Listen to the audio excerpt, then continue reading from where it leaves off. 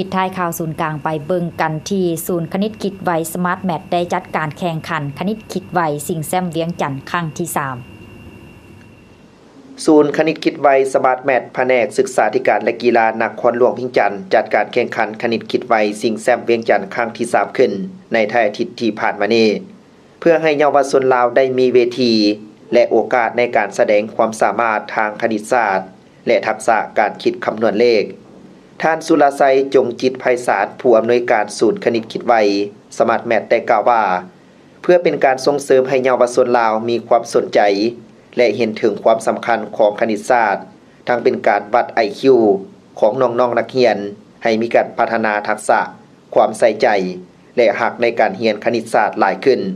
พร้อมทั้งเป็นการฝึกทักษะความสามารถและพัฒนาความพร้อมของเยาวชนลาว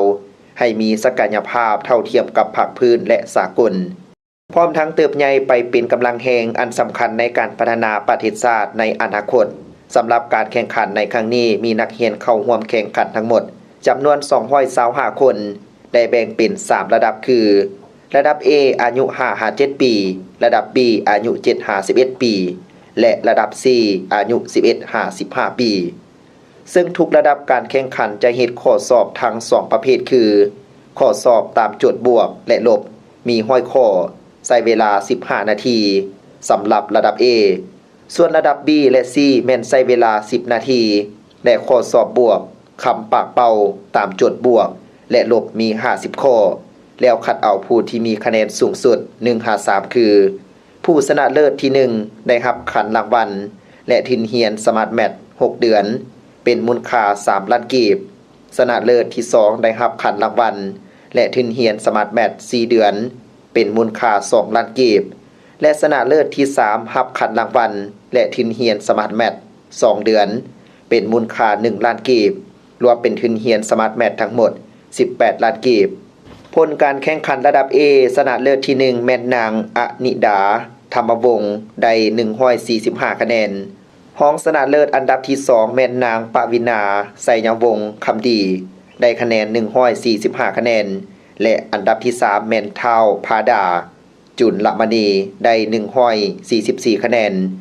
ระดับ B ชนะเลิศที่1แม่นนางปารมีศรีสุธรรมณีได้เต็ม150คะแนนรองชนะเลิศอันดับที่2แม่นนางสมณีขันเจริญได้148คะแนนและอันดับที่3แม่นเท้าเอกสาบัณฑิตได้148คะแนนระดับ C ชนะเลิศที่1แม่นนางสุดารัตน์สีหามณีวงศ์ได้149คะแนนรองชนะเลิศอันดับที่2แม่นนางอักษรสวรรค์บุญทลังสีได้145คะแนน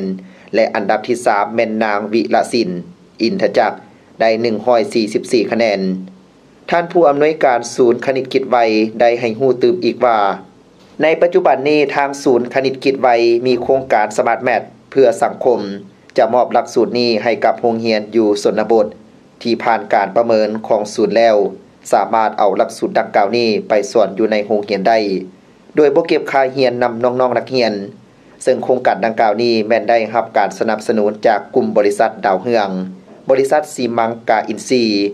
กอกน้ำกะลัดทิพยประกันภัยธนาคาร ST